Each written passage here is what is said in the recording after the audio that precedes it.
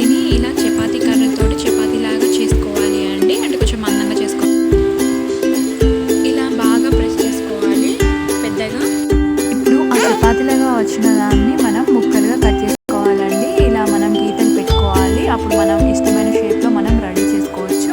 So నేను ఈ షేప్లో ట్రై చేస్తున్నానండి. ఇది కొంచెం ఇలా రౌండ్ షేప్లో వస్తుందండి. సో మీకు ఇష్టమైన షేప్లో మీరు కూడా తయారు చేసుకోండి. పిల్లలకి ఇష్టమైన షేప్లో తయారు చేసి, పిల్లలు ఎప్పుడు ఒకే రకంగా పెడితే తినరు కాబట్టి నేను ఇంకొక షేప్లో కూడా దీన్ని తయారు చేశానండి. నేను ఇప్పుడు దీన్ని ఒక లోటస్ ఫ్లవర్ షేప్లో నేను రెడీ చేయబోతున్నానండి.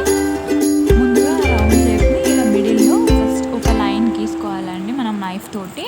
సో అలా అయితే మనకు లోటస్ షేప్ ఈజీగా వస్తుంది. తర్వాత నేను చూపించిన విధంగా మీరు ఇలా చేసుకోండి. ఎందుకంటే మనకు పైన ఇలా రెగ్యులర్ రావాలి అంటే మనం ఇలా చేయాలి అండి. పిల్లలకి అప్పుడు చాలా